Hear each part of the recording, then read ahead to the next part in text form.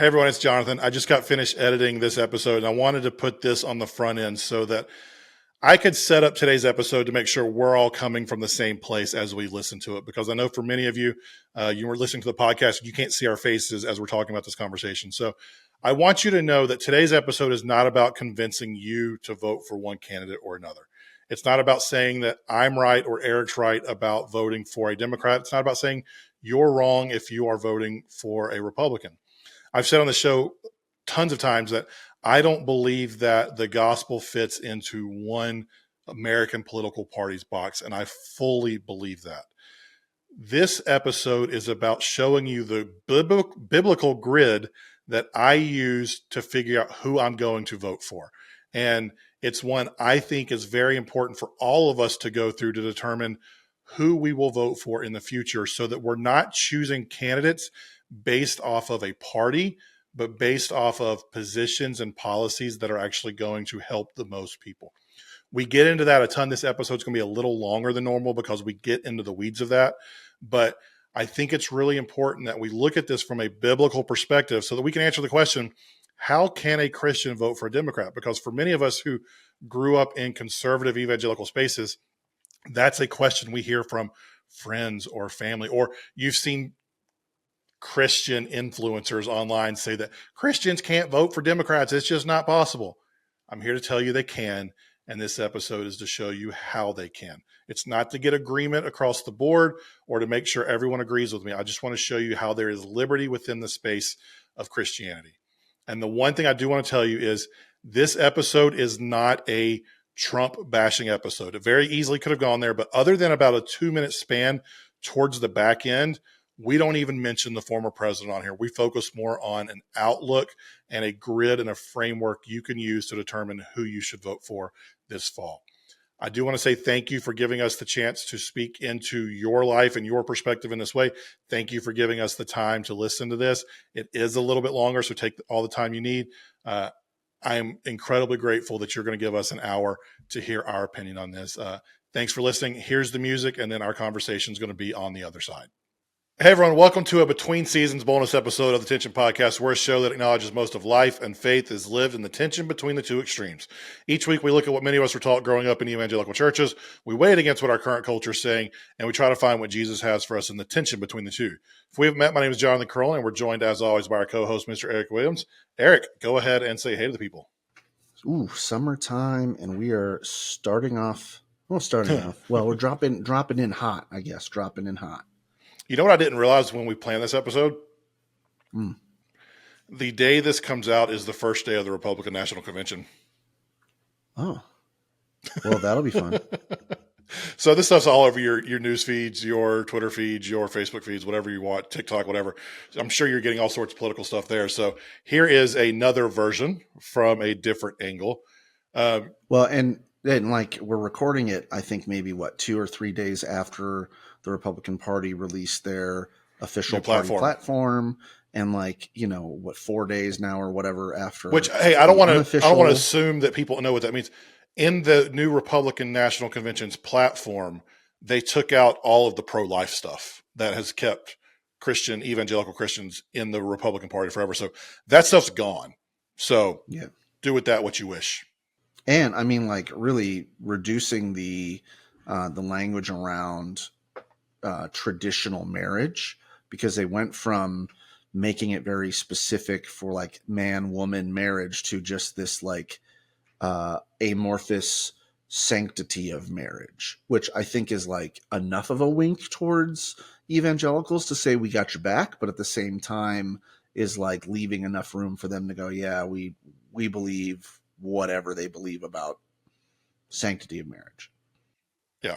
So this episode is I'm going to do an intro. You've already heard it at this point, but I haven't recorded it yet, kind of setting up this episode. But I want to just reiterate that one of my goals today is to give an honest look at how a Christian can vote for a Democrat. I'm not trying to convince you. We're not trying to convince you that you're wrong if you vote Republican, because you have every right to do that. You can vote for whoever you want to as a Christian. I don't want you to convince you that I am right, that I'm voting for a Democrat. Eric, I don't even know who you're voting for at this point. So if you're voting for one, then I'm not trying to convince people that you're right. But what I'm wanting to do today is show a tangible way of how Bible believing, Jesus following Christians can approach their politics in different ways while still following the same Jesus. And let me jump in on that because I didn't get a chance to speak into the I'm not in the intro. I'm here. So my part of this is like, at the very least, I'm coming at it literally combating. I will say combating because that's what I'm like. Combating the approach that Christians have that say that you cannot be Christian and vote for a Democrat. So like, whether we want to say we're supporting the pro side and showing you the way that you can, or like, how we've done it, and you're going to explain here, like stepping from one side to the other, or at least on the other side, which we've had some Facebook interactions, and I'm sure the individual that was interacting with us on this topic previously is probably listening to. It's like, uh, when I hear a Christian say you cannot be Christian and vote for X, whatever that is, I feel like that is categorically wrong, and that's my goal out of today as well. I have a secondary goal as well, though. Yeah. Back in the spring, we did an episode on abortion where I talked through the ways that I went from hardcore pro-life to a more nuanced pro-choice, anti-abortion view. If you want to know more what that means, go listen to that episode. It's a couple episodes ago in season 10. Yep. Since that episode has aired, though, I've gotten a lot of messages from people I didn't even know listened to our show. Maybe they've never listened before, but they were telling me how comforting it was to hear someone say the things they've been feeling out loud.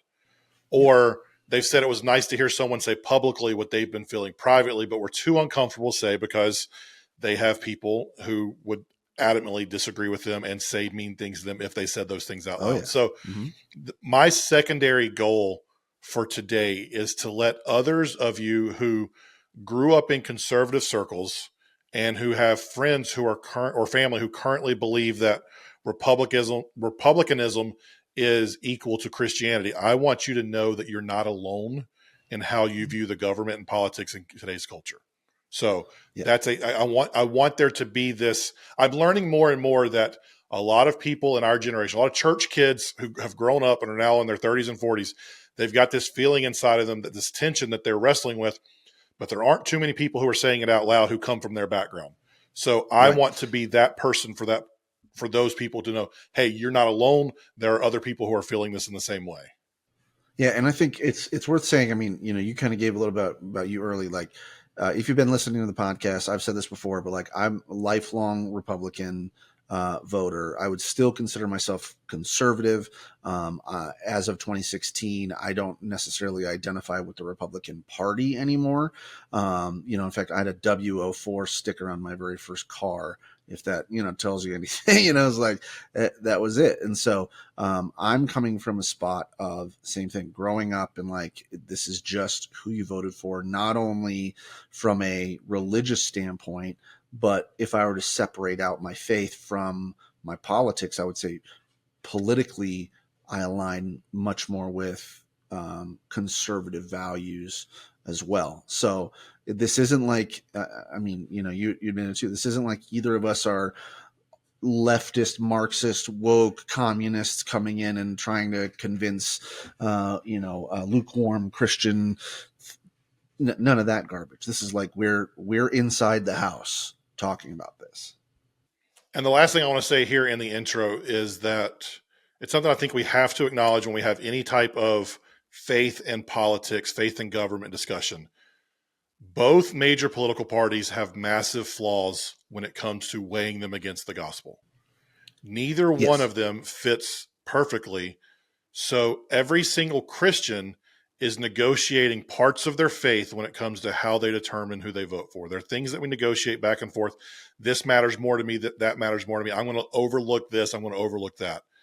Today's episode is going to be like how I personally went about those negotiations, how Eric personally went about some of those negotiations. We're not going to get into the flaws of each party. And this is a conscious choice on my part because I want us to be known for what we are for, not what we are against. And so we're not going to spend the next 30, 45 minutes tearing down the other side. I want to show how I am for this thing, and this is why I'm for that thing. And because of that, this is who I'm voting for. I want to be known for the things I champion and the things I fight for, not the things that I'm against.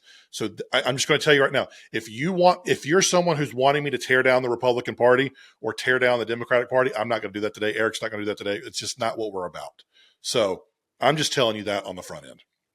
Well, I might tear down the Republican Party for a different reason, but not the one that you're thinking. Like, how could you do this? Anyway. Before we get into that, though, if you like the show, please leave us a rating wherever you listen or watch. If you listen on Apple Podcasts, it'd be a huge help if you wrote up a small review. If you're watching on YouTube, make sure to subscribe and hit that like button on today's video. All right. First step in here. How can a Christian vote for a Democrat? How can I justify voting for a Democrat? Where I had to start is to determine what the role of government is from a biblical perspective. This is something many of us hear from a political perspective, but I'd be willing to bet that many, if not most, haven't done the homework to determine what the Bible defines the role of government as. And the go-to chapter for that is Romans 13, specifically verses 1 through 7. This is a passage of scripture that is preached all the time. A lot of times it is used to justify anything you want to justify because it's very ambiguous. There he is. Found it. Ambiguous. And you can interpret it multiple ways. In these 7 verses, Paul talks about our duty as Christians to the state, to the government. For me, the phrase that stands out is the first part of verse 4. It says, for it, the state, the government, is God's servant for your good. So we've talked about cherry picking verses. We talked about, yes, I'm doing that a little bit here, but follow me. It says that the government is God's servant for your good.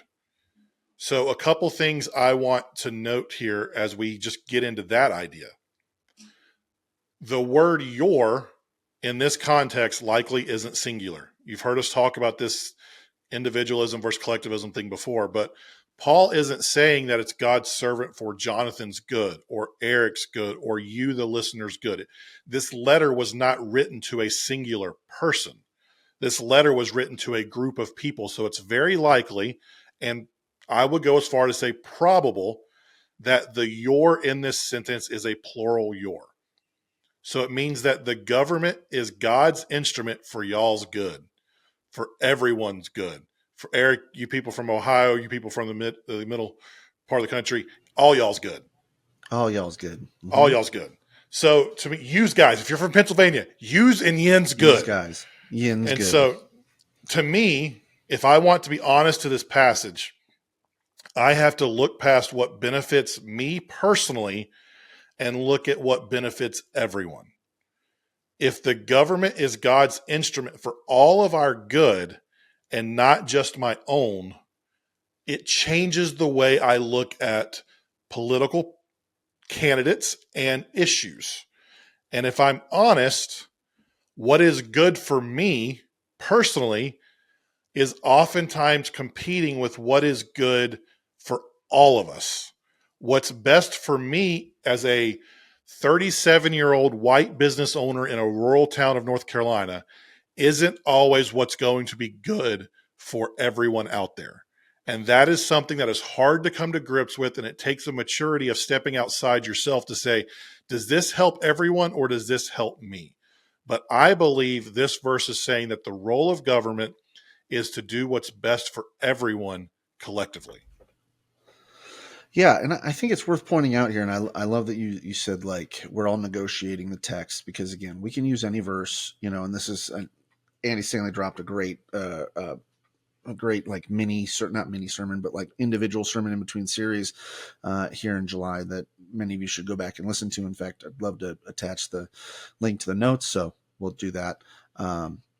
But yeah, you can use any single verse to justify anything, any point. You can manipulate your way around there. So I think that's important to point out, because we're all negotiating this. The other thing that I'll point out too is, like, what we don't realize is in this, and we've talked about it before, but American exceptionalism, we start to think through of, like, democracy is God's ordained government.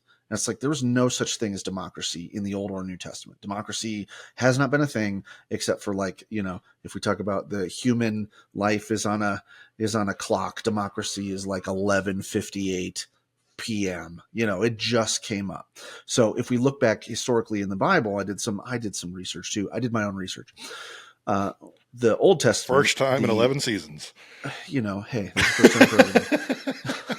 No, but if you go through categorically with what happened through the Old Testament, New Testament, you had a theocracy, then you had anarchy, and then you had a monarchy. And then you're into this kind of theocratic collectivism in the New Testament.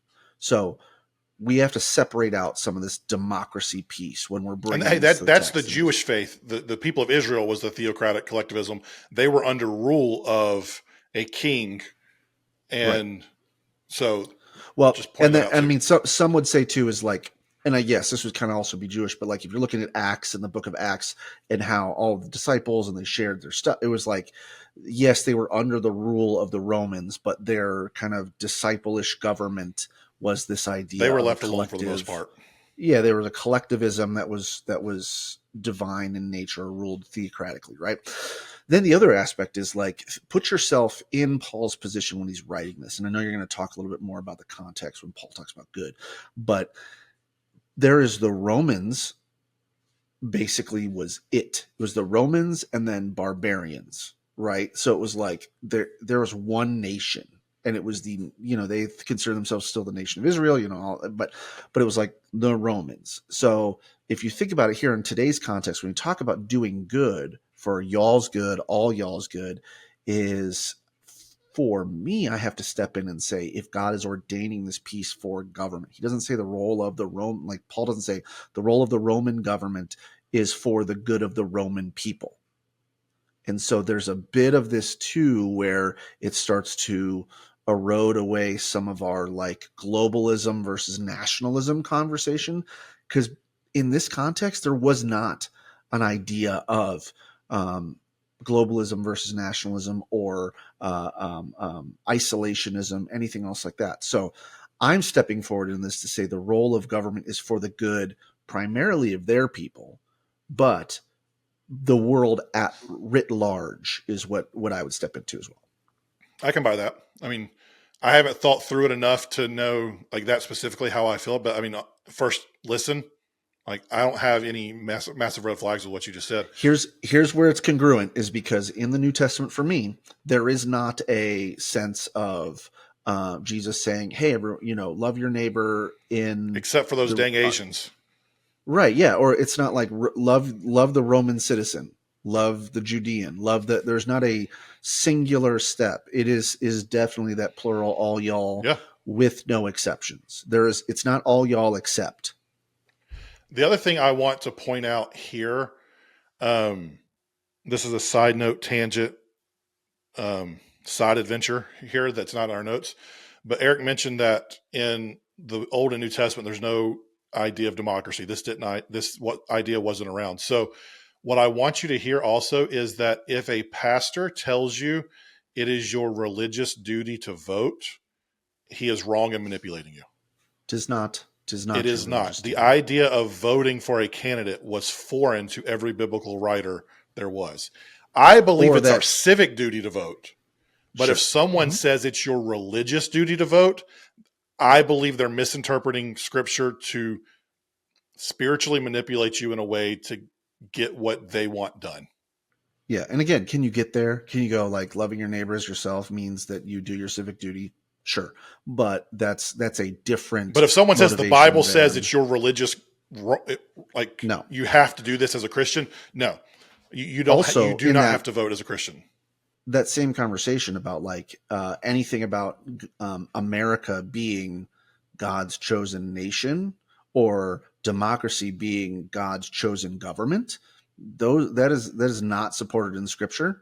Because again, I think if you were to read into Scripture, not only did God support a theocracy, he advocated for an anarchy, which he said was bad, but in the back end, but like then a monarchy, like he set up all of these different things. And I would say, the best form of government which is impossible until Jesus comes back, is a Theocracy ruled by divine, Jesus.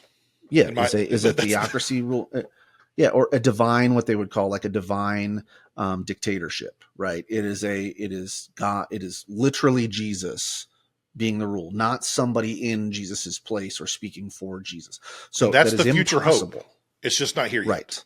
Yeah, and that's impossible for us to get anywhere other than, after other than heaven or Jesus coming back.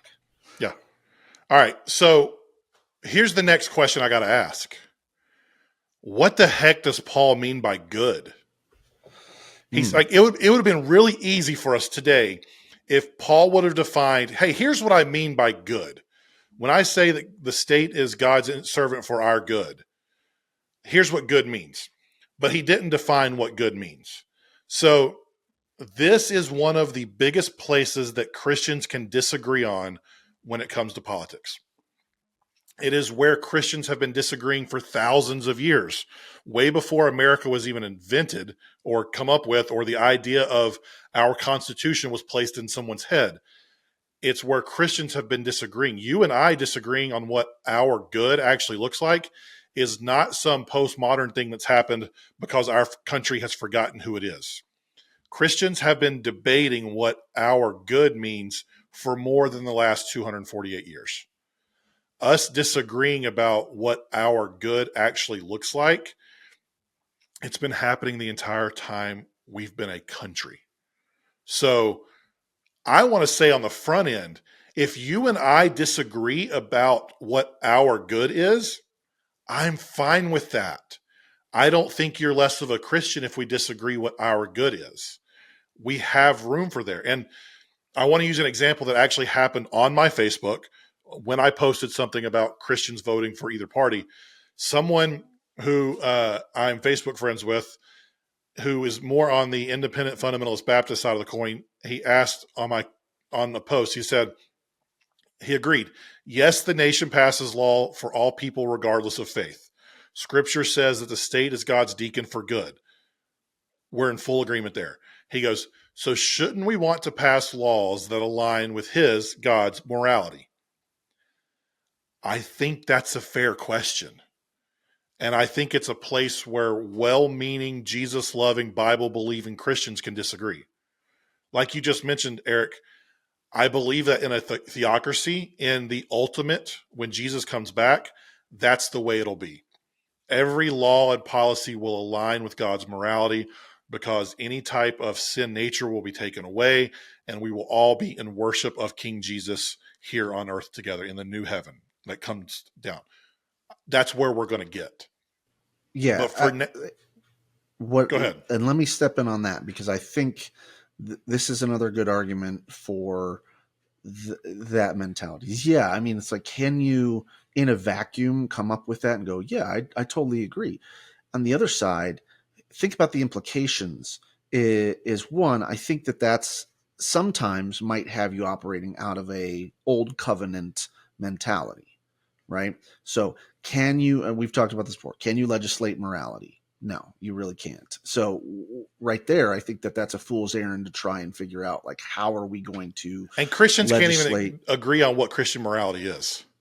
Correct. Yeah. I mean, like where I live right here, there are other Christian adjacent sects that are like, you cannot drink coffee or tea with caffeine in it and still be a Christian. And it's like, yeah, you know what I mean? So they're just down in Monster Energy drinks is okay, but some of this other stuff. Right. So it's like, all of those things are up in the air. But I think the other piece is like, if you pass too many laws, are we now trying to put a burden, morality based laws on like controlling your behavior? Are we now getting into the Pharisee side and Behavior we're now trying to enact behavior modification where we are putting a burden of essentially non-free will onto the people? Because it's like, to me, that also flies in the face of God saying you have a choice to follow me or not. And yes, there is a consequence, an eternal consequence, but there's not one in this current, like, that there's no legislated sin issue that Jesus would be like, yes, definitely do all, like enact those laws, because we see it several times where the law says this woman who was caught in the act of adultery should be stoned to death. And he does not follow through with that. Right. And in other cases, it's like there is a law that if, he would go further. Like if your eye sins against you, rip it out and throw it away. So it's like there's a lot of different things that we can't just say, like this, Facebook commenter says, like, well, why wouldn't we just go with the let's legislate the morality from the Bible? Because you can't nail it down, and two, the concept of that to me flies against the issue of free will and God loving us enough to allow us to make our own decisions. Agreed. And where I go with that in mind is, while I agree that the ultimate ideal is a sinless world with Jesus on the throne and everything is based off of his morality and worship of him, the tension we currently live in is that in America, we are also led by the Constitution of the United States. And I personally believe we have to pass laws that are for the good of everyone, not just those whose morality falls in line with the morality that Jesus taught his followers to abide by. I don't think we can make laws based on that morality for people who have not chosen to agree with that morality, especially when many of these things are secondary, tertiary issues that aren't salvation based. Right. And when I responded to that, this guy came back with, quote, "What would be better than God's standard of morality? Just because people think something is good or they want it doesn't mean it's actually good." And he brought up the idea of being a parent and kids thinking they want what they want is good, but you knowing better, all that. I think it's a fair and honest pushback and disagreement from him. I just disagree. It's also not in the example that Jesus sets, because I would say right away, it's like anytime he was dining with known sinners, that right there would be illegal.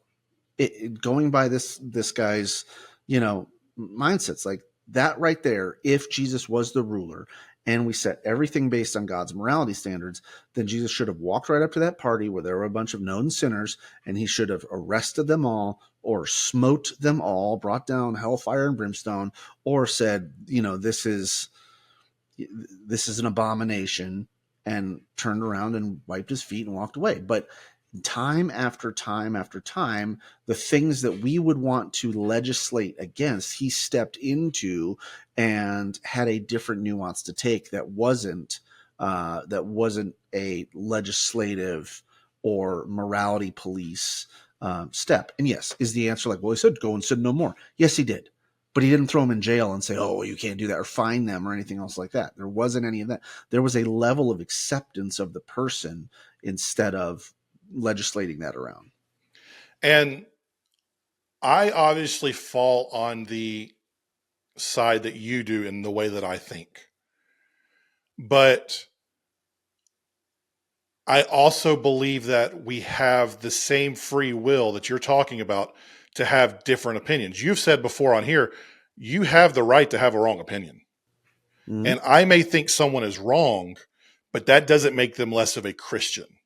I may think they have a wrong interpretation of how to apply this part of their faith, but that doesn't make them not a Christian. That doesn't make them evil. We have a difference of opinion and a difference of interpretation.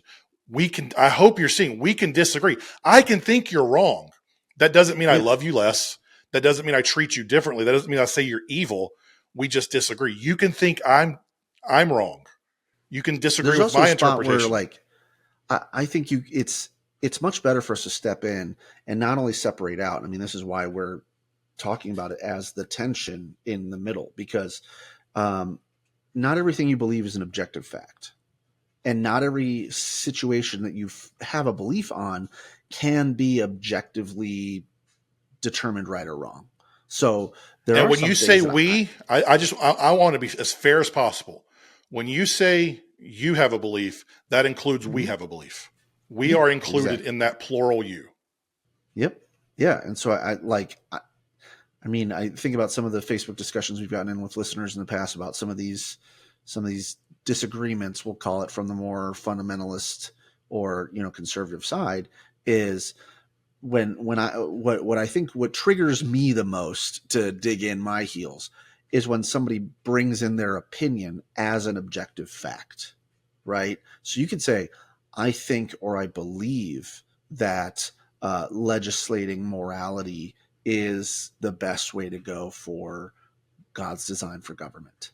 That's different than I know for a fact, right? So Right. I believe it, and this is what I'm going to vote for, but I'm also open to the fact that that's not settled. You know what I mean? It's not like settled science or settled I could be case law. wrong. This is, yeah, I could be wrong. It's just my opinion. It's my belief, right? And even sometimes it's okay to have a belief that flies in the face of facts.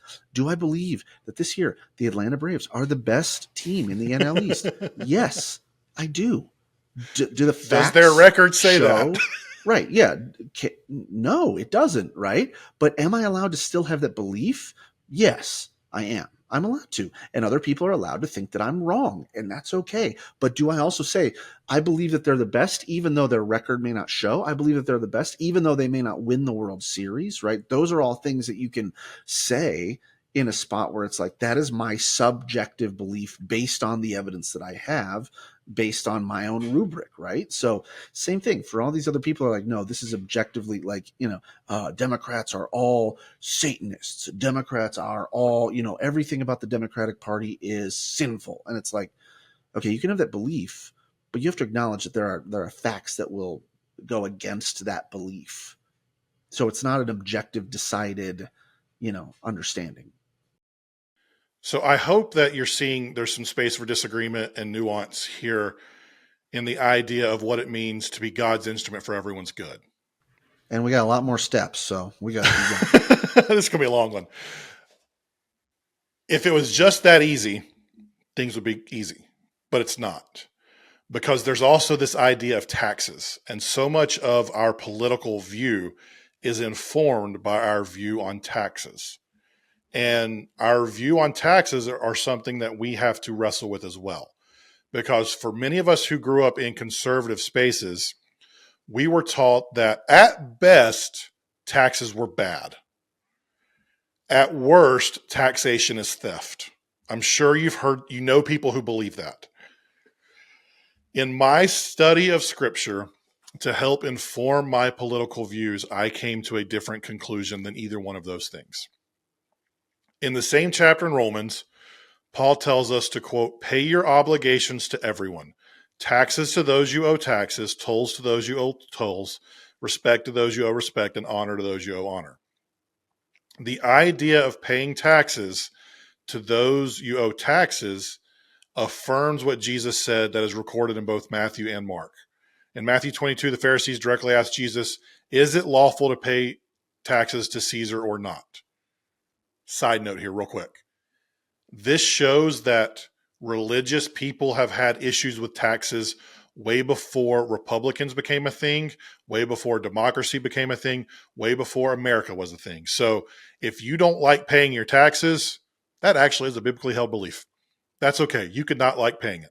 But you've heard it said, now let me tell you, Jesus responded with, give then to Caesar the things that are Caesar's and to God the things that are God's. So Jesus is basically saying the state has the right to tax you. He affirms that we are to pay what they require us to pay. So as a Christian, as a Bible-believing Christian, this is one of the few things I will say definitively today. I believe you cannot hold the view that taxation is theft as a Christian because it flies directly in the face of what Jesus teaches and is affirmed by Paul. All taxation, like every bit of taxation categorically is theft.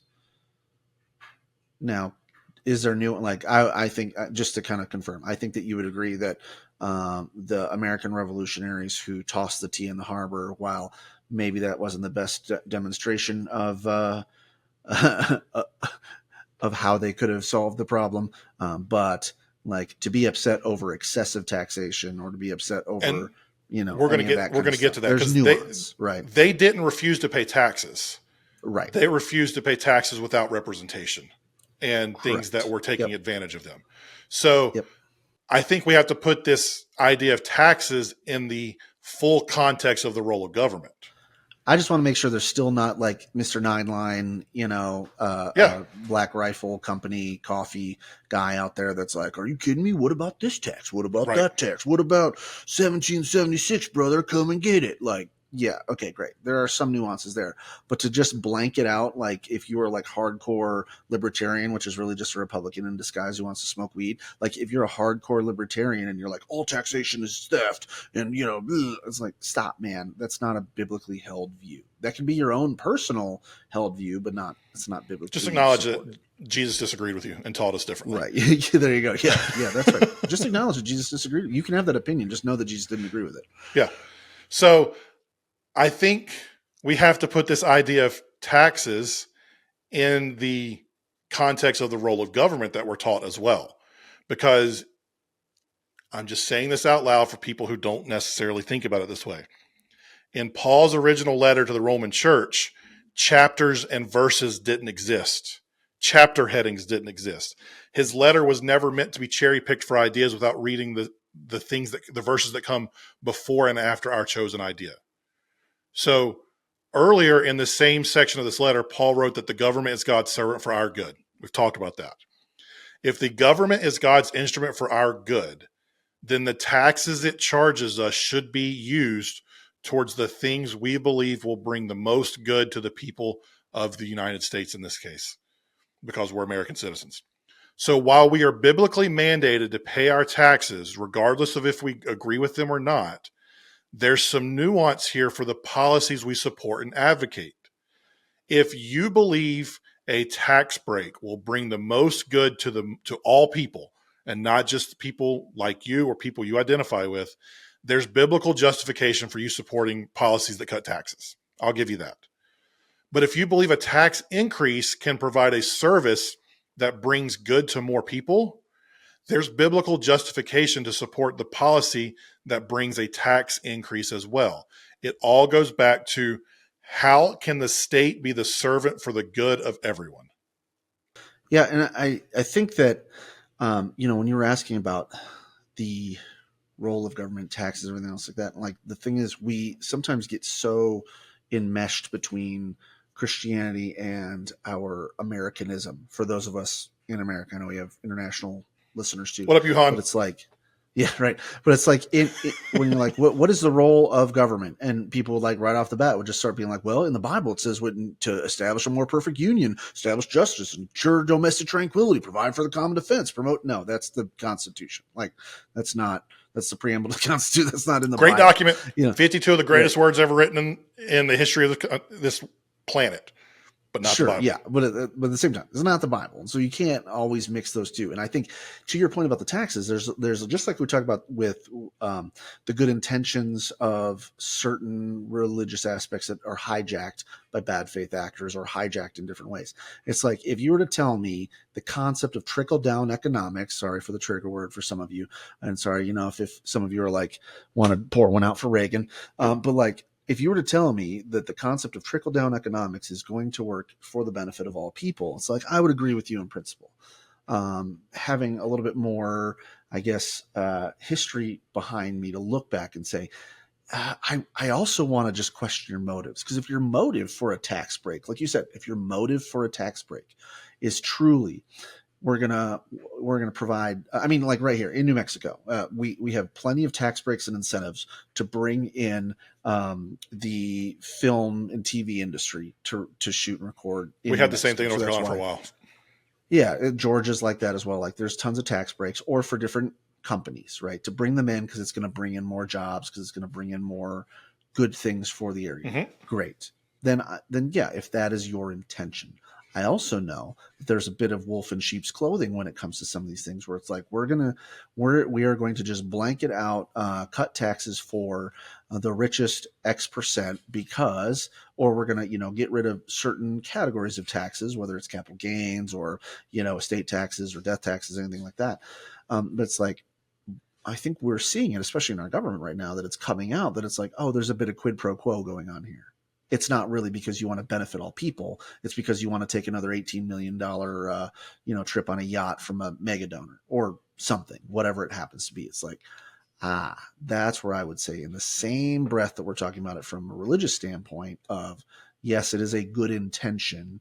Let's make sure that we check our motives and our intentions for the true good of all people, and not Trojan horse this baby and say, well, I'm presenting it as the good of all people, but in reality, it's really to benefit either myself or the key people that the constituents that I represent.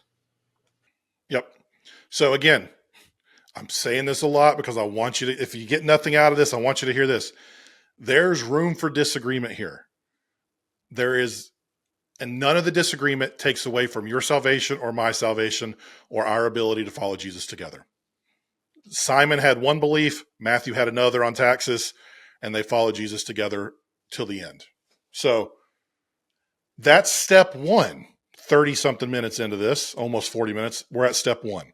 Step two, now that you have done the work to determine what the role of government and the role of taxes are according to the Bible and your belief and your interpretation of the Bible, again, we could disagree on those interpretations.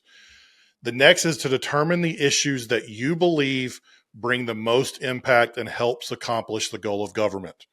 So we've determined that the biblical role of government is to serve as God's instrument for our good. There's room for disagreement what our good means, blah, blah, blah, blah, blah, blah, blah. I would be willing to guess that if you sat down the couple hundred people who listen to this podcast or watch it on YouTube and asked them dozens of you, there are dozens of us. Unless we put the word abortion in the description and then we get all the trolls. I would believe if you asked all of us to write down the three categories that we believe will best serve as God's instrument for the good of everyone, I think we would get a couple hundred combinations with very few of them being the exact same. And Eric, I don't want to put you on the spot, but I am going to ask you what your three boxes are here in a second. So as I go through this next thing, think about yours. For me, here are the three boxes I've settled on that I believe are the three biggest ways government can bring good to all people. The first box is education. I believe everyone has a right to a quality public education. When people are given a base level of education, they have more opportunities to do more things to bring success in their future and a fulfilling life in their future. And I will mention this as well. We can have disagreement on what a base level of education means and what the best type of education is. But I believe everyone has a right to a quality public education. That's one of my boxes. Second box is equal rights. I believe everyone is made in the image of God and therefore are created as equals. Men, women, black, white, brown, gay, straight, whatever it might be, everyone should have equal rights under the law, and there should not be policies in place to benefit one group over another. So that's box number 2 for me. And box number 3 for me is healthcare. I believe that access to quality healthcare is one of the most basic things needed to ensure a quote unquote good life.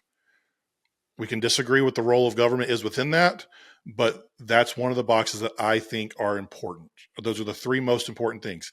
They're the first 3 things I look at when determining if I will support a candidate or if I will vote for them. It is my belief that the government cannot be God's instrument for our good if it does not support these 3 things. And I stress my belief because you might have different boxes that determine what the government should support to be God's instrument for our good. We can disagree on it. Eric, I haven't asked you this before. I don't know what you're going to say. And God help us because none of us do. But nobody does. I don't even know.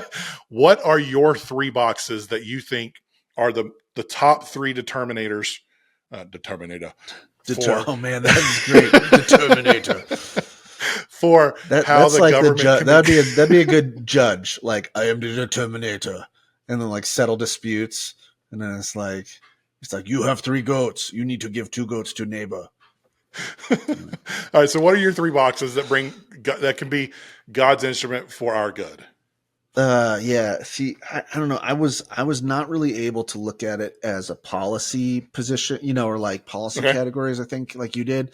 So I know you had like education, equal rights, healthcare. First of all, I want to step in on that healthcare thing, and I want to say, like, I think that's awesome. And some of these have to be contextual based on where we're at now, because I think a lot of people will look into the scriptures and go like, well, that's not biblically supported, blah, blah, blah, blah, blah, and all these other kind of things. But it's like the concept of healthcare and the development of our world and scientifically is so like would be completely foreign to anybody So writing the Bible. I've got So this in our we have notes to, later, but I'm going to jump in and talk over you real quick. yeah, Public education and how we fund it is not a biblical issue. right. The Bible's silent on it. Healthcare and how Yep. we take care of people who have heart attacks or cancer or Yep. chronic illnesses. That's not a biblical. That's so foreign to the biblical writers. So we can cherry pick and come up with some systematic thing and try to force it into a box. But Right. for the most part, there aren't direct verses that say, hey, Correct. Jesus, should the government provide health care to people? They didn't ask that. It's not recorded. We know which disciples faster, but we don't know Jesus' opinion on public health care. I love that. Okay, all right. So if I back up and I just kind of think about your three things. this is great. So this is more of categories, and I looked at like, we've got Romans 13. There's also like I was trying to think through what are some of the other examples of like what is said about government or what are some of the governmental functions in the Bible. Which any of you Theo bros that want to like come at me and try to justify why I'm wrong on this one, like just go ahead, that's fine, or you could just save your breath because it doesn't matter to me. Number one is like if you look, like literally don't get the calluses on your fingers from typing. You go to Exodus 18, which is like, Moses and Jethro and Aaron, and they're dealing with kind of their nation, not necessarily, but their people that they have to govern. There's Acts 6 that speaks into a little bit about how the disciples are governing in their like micro nation, right? And then you talk about how Paul is writing to Timothy and in 1 Timothy 2:2. And I'll stick with that first. So in 1 Timothy 2:2, Paul says you need to pray for the rulers or kings and all who are high positions that we may lead. So like I'm praying for them because they are the ones that help us determine whether or not we can lead a peaceful and quiet life, godly and dignified in every way. So, again, not to totally micro, tear up all the little investigation, the nuance there. That led a little bit of what I was thinking. But like I said, Exodus 18, where it literally says like Moses' job was to deal with the affairs of the people. And then he had to settle disputes. And then in Acts 6, same thing, where the disciples that were in charge, their main job was to kind of provide equal protection and justice for the widows during the feeding times, right? So my three boxes for what a government should do for our good is provide equal protection. There needs to be some level of wrongdoing, there's protection. We need to be protected equally.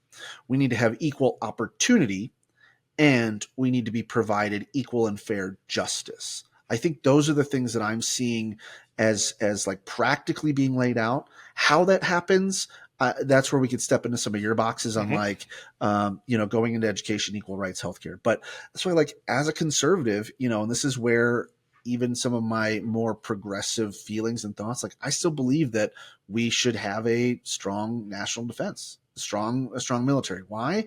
Because I believe that government's role is to help protect us.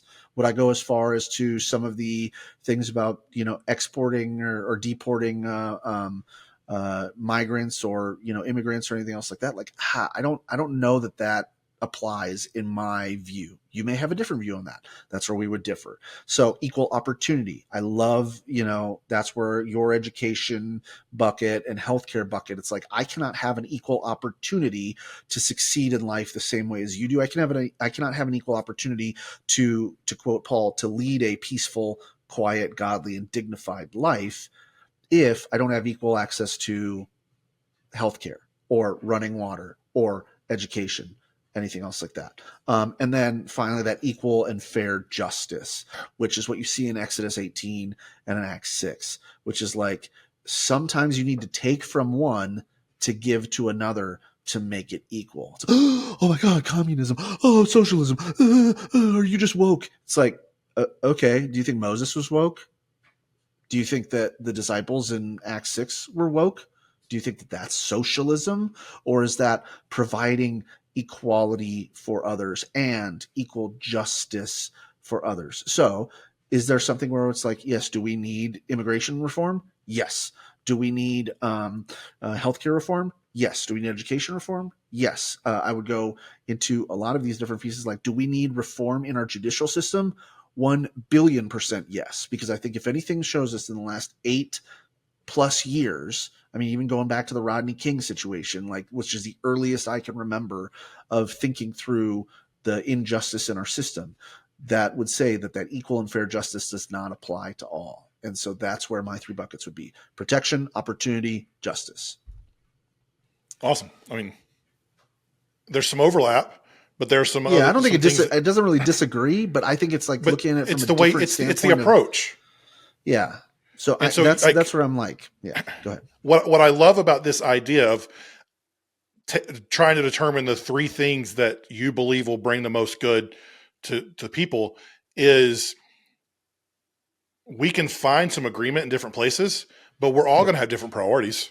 God has wired us all differently. We're not going to read this, like the Bible, and pick out the same things. That's why we're meant to do this in community with each other. But my good idea and your good idea and someone else's good idea, if we can put those 3 things together, we can accomplish a lot of good. But also it might be like, oh, Eric, I didn't think of this thing, but this is actually a really good idea. And it might actually make one of my things better, or Sure. might trump mine. First mention. I'm just that's the first mention so far, and it wasn't even a name. So I think it's important for us to, like, we need to determine what the important things are, because if we don't have our big rocks in place, anything's going to come in and get in the way. So step 1 and steps 2. Step 1, determine the role of government. Step 2, determine the issues that bring the most impact and help them accomplish the goal of government. We've talked about those. And so now you've determined what you're going for. And so the last step in this is determine which candidates align with the issues that you find most important. And I don't want this to turn into a session bashing the current president or even anyone in the federal government that's the hot button issue of the day. So I'm not even going to say the name. If you're a regular listener of the show, you know how I feel about some of these things, but I don't want this to be about one man, but instead I want to look at issues in actual races. So I want to use my state of North Carolina to show you how I use this grid and how it plays out in the elections for this fall. Most of you don't live in North Carolina, so you have to apply this in your context. So I just want you to see how I did it in mine. One of the offices we're voting for this year in North Carolina is governor. One candidate is publicly in favor of an all-out ban on abortion. I've told you in past episodes, I believe in legislation that will allow for the possibility of abortion under such conditions as rape, incest, clear evidence of fetal deformity, and carefully ascertained evidence of the likelihood of damage to the emotional, mental, and physical health of the mother. That comes from a 1972 proclamation by the Southern Baptist Church. For me, that falls into the healthcare bucket. That same candidate advocates vouchers that take money out of public school and invests in private, religious, and charter schools. He has said with vouchers, quote, "We might see a mass exodus from public schools entirely, and traditional public schools might be made a thing of the past." To me, that falls in the public education bucket. While I can compromise on vouchers for low-income families to go to charter schools, I personally can't get in line with helping wealthy families pay for private school at the expense of public schools, and I don't believe that public money should be going to religious schools. My opinion. We can disagree there. I mentioned it earlier, but I want to say it again now. The Bible is silent on how we should fund public schools. This is not a gospel issue. It's one where well-meaning Christians can disagree on what we find and what we believe is the best way for the government to be an instrument of the good for everyone. So those are a couple issues. That same candidate, while serving as lieutenant governor, actively opposed Medicaid expansion for low-income families in North Carolina. He also wants to repeal the Affordable Care Act. For me, this falls in the healthcare bucket. So that's one side of the candidates. One party's candidate I can vote for. The other party's candidate has said he wants to improve public education including increasing access to high quality early education. To me, that is using our taxes in a way that brings good for everyone. As a side note, I also believe that access to quality early childhood education is a tangible way for us to decrease the abortion rates around us and is one of the most pro-life policies available to us today. So obviously I'm leaning towards him because of that. While serving as Attorney General for our state, that candidate fought against predatory mortgage lending and landlords to help ensure that people had access to affordable housing. To me, that's an equal rights issue. While serving as Attorney General, he also led a bipartisan multi-state lawsuit against the drug companies responsible for creating the opioid crisis we're seeing in a bunch of states, but in our state specifically. To me, that's a healthcare issue. So when I look at my three buckets that determine if the government is serving as God's agent for our good, the candidate for me to choose is obvious based off of my priorities and what I believe will bring the most good. It just so happens that person is a Democrat, and I am okay with that. I'm going to vote for the person who aligns with my beliefs, regardless of the party that is attached to that person's name. So that's one example. I can give you Attorney General we're voting for this year. I've taken both candidates through this grid, and the Democratic candidate fits better. We're voting for superintendent of public instruction in our state. One candidate wants to get rid of public education. The other wants to enhance it. Who do you think I'm going to vote for? That person just has a D next to their name instead of an R, but the decision was based on my view of what I believe will bring the most good to the most people. Now, I could keep going, but most of you don't live in North Carolina, and I don't want to get in specific races and bogged down by all that. My general point is to show you how I developed a grid I could use to evaluate candidates outside of their party to determine which ones I think would best accomplish what Paul says the role of government is. It just so happens in this year's election, most of those candidates have a D next to their name and are part of the Democratic Party and are not part of the Republican Party. Doesn't mean I'm supporting evil. It doesn't mean I'm supporting socialism. Doesn't mean I'm not a Christian. In my pursuit of Jesus and living out the Bible, this is the conclusion I came to, and you may come to a different conclusion than me. Yep. Yeah, I'll just make it easy for some of them. Some of you that want to be triggered or just fast forward to this part and just send it to your friends.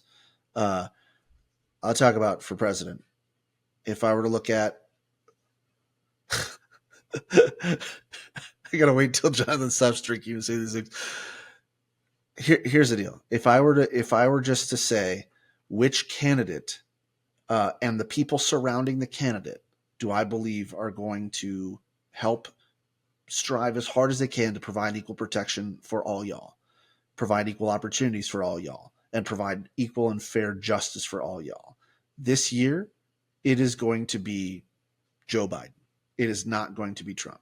Not that either one is great in these areas, but there is no comparing for me. There is no comparing for me the quality of the individual and the people they've surrounded them with when it comes to those things. And like I said, I would advocate listening to that Andy Stanley sermon from first week of July, I think it was. But he talks about it, and it hit the nail on the head so many times for me, is that we'll just round this up, when we as conservative Christians or when we as evangelical Christians start to disagree with people on the other political side, let's say Democrats, we don't just disagree with them anymore. We demonize them. If you look at the Republican Party platform, there is a lot of demonizing and othering certain individuals and groups. Okay. So it even talks about bringing back the sanity to certain areas and literally firing Democrats in different spots. So we're not just saying we disagree with you, we're demonizing them. And what happens when you demonize someone is you make them the enemy. And we can look through look through history. Once a majority decides that a minority is evil, you go after them and you justify destroying that evil. And so I'm going to interrupt here. The candidate for governor in my state this past weekend literally said that in the past we used to kill evil, and there are some people who need to be killed. Right. The guy running for the platform or for the position said that in a church to Christians that people who are evil need to be killed. And we used to kill evil people in this country. And we need to do it again. Yep. You have top people that are creating policy for the Republicans that are saying things like this is going to be a bloodless revolution if the Democrats will allow it to be. I mean, those are things that are scary, people. And once you decide that a minority is evil, you go after them and you destroy them. That's the next step. And that is not something that I believe falls into the role of government, nor does it fall in the role of what we want to do as Christians. So, what does the Bible say we're supposed to do with our enemies? If you truly believe the Democrats are your enemy, it doesn't say to demonize them and kill them. It says pray for them. It says pray for them, right? Like you are supposed to turn the other cheek and go the opposite way, but we end up demonizing them and we end up going to the wrong side. And this is what Andy Stanley said, and I believe it. If you need an enemy in order to further your agenda, that's not the agenda of Jesus. I will say that again. If you need an enemy in order to further your agenda, it is not the agenda of Jesus. So that goes. Christian Hey, national. I'm going to step in. That goes back to my idea at the very first part of this episode. I said, I want to be known for what I am for, not what I'm against. I want to fight for something, not against something. Truly agree. I mean, that's where we as Christians, and specifically people in the church, pastors, leaders, we have been known to rally around who we hate in common more than what we have in common. And we have been known to rally around more what we fear in common than anything else. And the Bible tells us not to fear. We're making a lot of these decisions out of fear. We're making a lot of these decisions because we have to provide a religious or moral other. I mean, I sat with a family member the other day, and they were trying to compare Joe Biden and Donald Trump and compare it. Well, you know what? Joe's done a lot of bad things too. And it's like, there is no comparison morally between those two people. I would look back in history and I would go, if you were to stand Richard Nixon and Jimmy Carter next to each other, and take away the R and the D from the side of their name, like who would you say leads the more Christ-like life? I think it's pretty obvious on those things. There's no splitting hairs on these little pieces. And so for me, I want to rally around what is going to help us provide equal protection, provide equal opportunity, provide equal and fair justice for all. And in this case, this year, it is going to be, for me, it is not going to be Donald Trump. Eric, do you think people who vote for Donald Trump are evil? No. Do you think they are less of a Christian than you are? No, not in their intentions. Do you think they love Jesus less than you? No. Okay. I will agree with everything you just said, that I don't believe any of those things about people who choose to vote for Donald Trump either. I will disagree with them. I will explain as much as they would like me to explain why I disagree with them. And then I will respect that they can disagree with me, because at the end of the day, let me back up. I want to say this is in our notes. Let me go through this because I want to get to that respect thing in a second.